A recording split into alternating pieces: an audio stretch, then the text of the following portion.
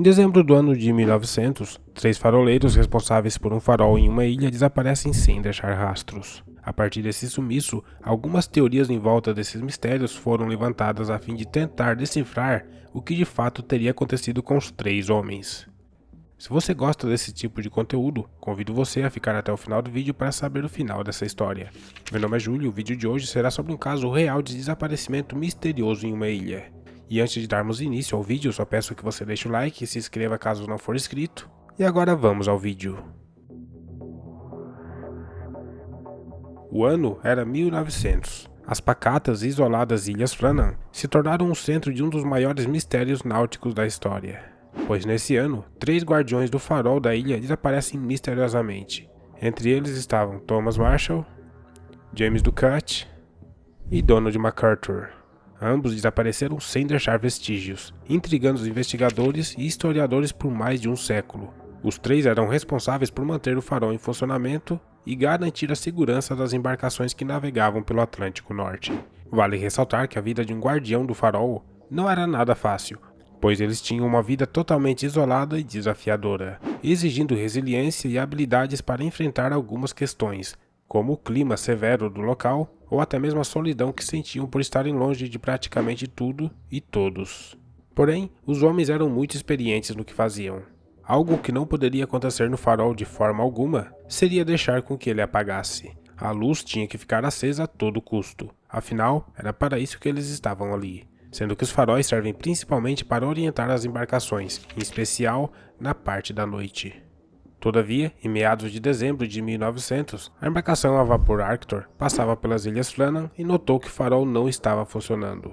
Alguns dias depois, para ser mais preciso, exatamente no dia 26 de dezembro, o navio de abastecimento Hesperus, que teria partido da Filadélfia com destino às Ilhas Flannan, chegou na ilha e percebeu que o mastro não estava hasteado.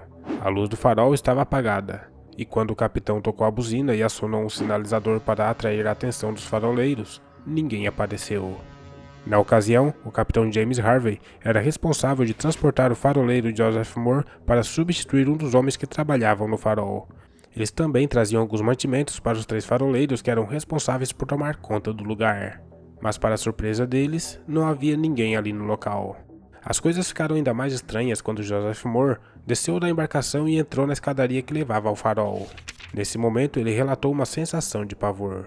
Foi constatado que o porão do local estava trancado, e no saguão da entrada do farol faltavam 2 dos 3 casacos que costumavam ficar ali.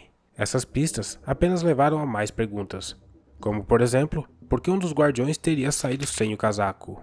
Aliás, por que os 3 teriam saído juntos quando as próprias regras o proíbem?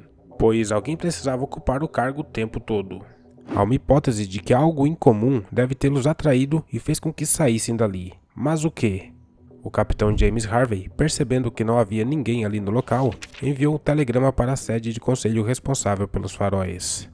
Alguns dias depois, um homem por nome de Robert Muirhead, supervisor do conselho que recrutou os 3 faroleiros, decidiu ir até o local para ajudar nas buscas. Entretanto, nem mesmo com a sua participação, o paradeiro dos 3 homens foi encontrado.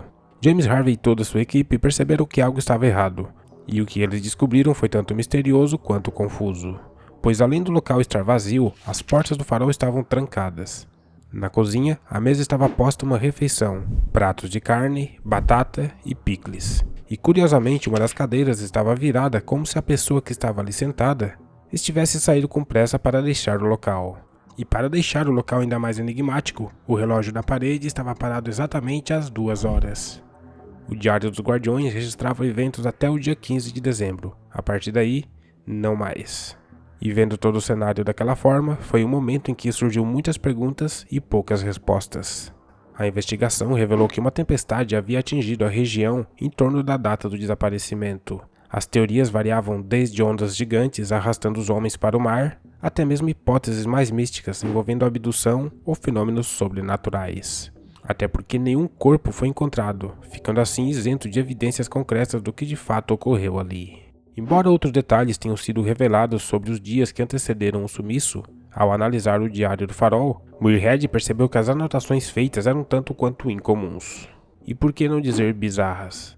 No dia 12 de dezembro, Thomas Marshall disse que presenciou ventos fortes como nunca visto antes em 20 anos.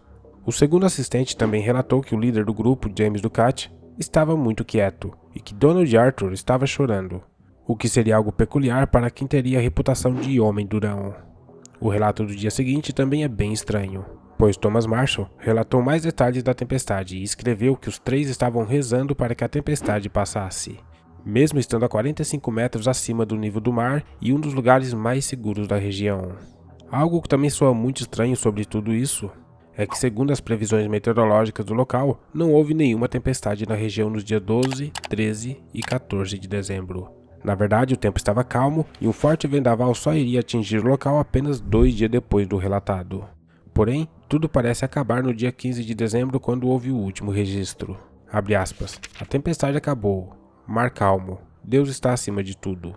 Fecha aspas. Com isso, várias especulações sobre o ocorrido foram levantadas. Foi levantado até mesmo uma hipótese de assassinatos. Para Muirhead, a explicação é muito mais normal do que possa imaginar. Com base em mais pistas encontradas no lado de fora do farol, como cordas que geralmente eram mantidas em uma caixa marrom a 20 metros acima da plataforma em um guindaste de suprimentos, o supervisor deduziu que um caixote caiu do farol e que, ao tentarem recuperá-lo, uma forte e inesperada onda chegou e arrastou os três para o mar. Mas essa explicação jamais deixou as pessoas completamente satisfeitas, principalmente com as lacunas que não foram consideradas, como a falta de corpos, as condições supostamente calmas e a vasta experiência dos faroleiros em casos como esse. E o que restou do caso foram inúmeras teorias, além do relato de outros faroleiros que trabalharam no local nos anos posteriores, pois eles alegaram ouvir vozes gritando dos nomes Thomas Marshall, James Ducat e Donald MacArthur. E ainda que esse caso não tenha nenhuma explicação concreta sobre o que realmente aconteceu ali, um inquérito oficial concluiu que os três homens foram arrastados e perdidos no mar devido ao mau tempo enquanto cuidavam de algum equipamento perto da borda do penhasco. Desde o ano de 1971, a ilha não tem nenhum residente permanente, pois a partir desse ano, o farol passou a funcionar de forma automática. Bom, gostaríamos de saber a sua opinião sobre o que você acha que de fato tem ocorrido com esses três faroleiros. Comente aqui embaixo se você gostou do vídeo, compartilhe com seus amigos, confira também outros vídeos aqui do canal e nos vemos no próximo vídeo.